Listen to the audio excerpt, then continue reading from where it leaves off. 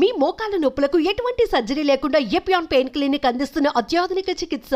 So తుఫాను బంగాళాఖాతంలో ఏర్పడినటువంటి వాయుగుండం తీవ్ర వాయుగుండంగా మారింది. ఇది తుఫాన్గా కూడా మారబోతుంది. రాబోయేటువంటి 2-3 రోజుల్లో దీని ప్రభావం ముఖ్యంగా దక్షిణ కోస్తా రాయలసీమ జిల్లాలో ఏపీ మీద ఉండబోతుంది. అదే స్థాయిలో తమిళనాడులో కూడా భారీ స్థాయిలో ఇక్కడ కుండపోత వర్షాలు కురిసేటువంటి అవకాశం ఉంది. సో ఒకసారి మనం ట్రాక్ని చూద్దాం. సైక్లోన్ ట్రాక్ ఇది 27వ తారీఖున మనం ఇక్కడ గ్రీన్ కలర్లో చూసినట్లయితే డీప్ డిప్రెషన్గా ఉంది. సాయంత్రానికి ఇది సైక్లోన్గా మారేటువంటి అవకాశం ఇక్కడ మనకి స్పష్టంగా కనిపిస్తుంది.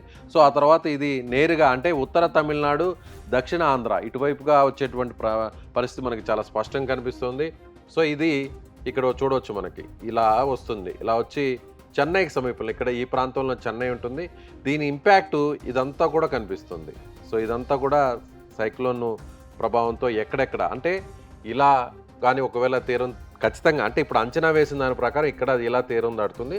సో ఈ ప్రాంతం అంతా కూడా భారీ వర్షాలు కురిసేటువంటి అవకాశం ఉంది. అంటే ఇక్కడ చూసినట్లయితే ఇక్కడ చిత్తూరు జిల్లా ఉంటుంది, ఇక్కడ తిరుపతి జిల్లా ఉంటుంది, ఇక్కడ నెల్లూరు జిల్లా ఉంటుంది, ఇక్కడ ప్రకాశం జిల్లా ఉంటుంది. అదేవిధంగా ఇక్కడ రాయలసీమ జిల్లాలంతా కూడా ఉంటాయి. ఇదంతా ఈ ప్రాంతం. సో ఇక్కడంతా కూడా రాయలసీమ అదేవిధంగా దక్షిణ కోస్తా ఈ ప్రాంతాల్లో భారీ వర్షాలు కురిసే అవకాశం ఉంది. ఒకవేళ తన దిశను మార్చుకొని ఇలా ఇప్పుడు ప్రస్తుతానికి వాతావరణ శాఖ ఇలా చెన్నై వద్ద తీరం దాటుతుంది అని అంచనా వేస్తుంది. అలా కాకుండా ఇది 31వ తారీఖు నాటికి కానీ ఇలా యాజ్ ఇట్ ఈస్గా స్ట్రైట్గా కానీ వస్తే ప్రజెంట్ దీన్ని ట్రాక్ ఇలా ఉంది. అలా కాకుండా ఇలాగే కానీ వస్తే మాత్రం ఇది నేరుగా నెల్లూరు జిల్లా ప్రకాశం జిల్లా మధ్య తీరం దాటే అవకాశం ఉంది. కానీ ప్రస్తుతానికి వాతావరణ శాఖ చెప్తున్న దాని ప్రకారం ఉత్తర తమిళనాడులో చెన్నై వద్ద ఇది తీరం దాటేటువంటి అవకాశం ఉంది. కడలూరు చెన్నై వద్ద తీరం దాటే అవకాశం ఉంది.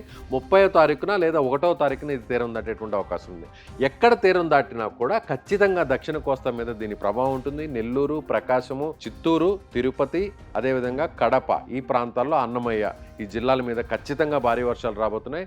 ఇప్పటికే నెల్లూరు, ప్రకాశం అదేవిధంగా దక్షిణ కోస్తా జిల్లాలో భారీ వర్షాలు కురుస్తున్నటువంటి పరిస్థితి గడిచినటువంటి 2 రోజుల నుంచి కూడా ఇది దాదాపుగా ఈ 4-5 రోజుల పాటు ఈ వర్షపాతం కురవబోతుంది. సో అందరూ కూడా అప్రమత్తంగా ఉండాలి. ఇప్పుడు ప్రభుత్వం కూడా అప్రమత్తమైందనే చెప్పాలి. ఒకసారి మనం చూసినట్లయితే ట్రాక్ను ఒకసారి ఇది మనం చూసాం. ఇప్పుడు తర్వాత అసలు విజువల్లో ఒకసారి చూసినట్లయితే ఇది ఏ స్థాయిలో దీని ఇంపాక్ట్ ఉండేటువంటి అవకాశం ఉందో చూద్దాం. ఇది ప్రస్తుతం ఇక్కడ కేంద్రీకృతమైంది ట్రింకోమలై శ్రీలంక దగ్గర. ఈ తర్వాత ఇది ఎటువైపుగా వచ్చేటువంటి పరిస్థితి ఉందో మనం ఒకసారి చూసేటువంటి పరిస్థితి. ఎస్, ఎగ్జాక్ట్గా తమిళనాడు మీద భారీ ప్రభావం చూపేటువంటి అవకాశం ఉంది. భారీగా ఇది తమిళనాడుకి దీని ప్రభావం పడేటువంటి అవకాశం ఉంది. ముఖ్యంగా చెన్నై మహానగరం మీద దీని ఇంపాక్ట్ బాగా ఎక్కువ చూపించేటువంటి అవకాశం ఉంది. ఇది 30వ తారీఖు నాటికి తీరానికి చాలా దగ్గరగా వచ్చేటువంటి పరిస్థితి ఉంది. 12 కిలోమీటర్ల వేగంతో ఇది ప్రస్తుతం తీరం వైపు వస్తుంది. సో ఆ తర్వాత ఇక్కడ మనం చూడవచ్చు, ఇక్కడ కేంద్రీకృతమైంది. ఇది 29 నాటికి 29 తర్వాత ఇది నేరుగా చెన్నై వైపు ప్రయాణించేటువంటి అవకాశం మనకి ఇక్కడ కనిపిస్తుంది.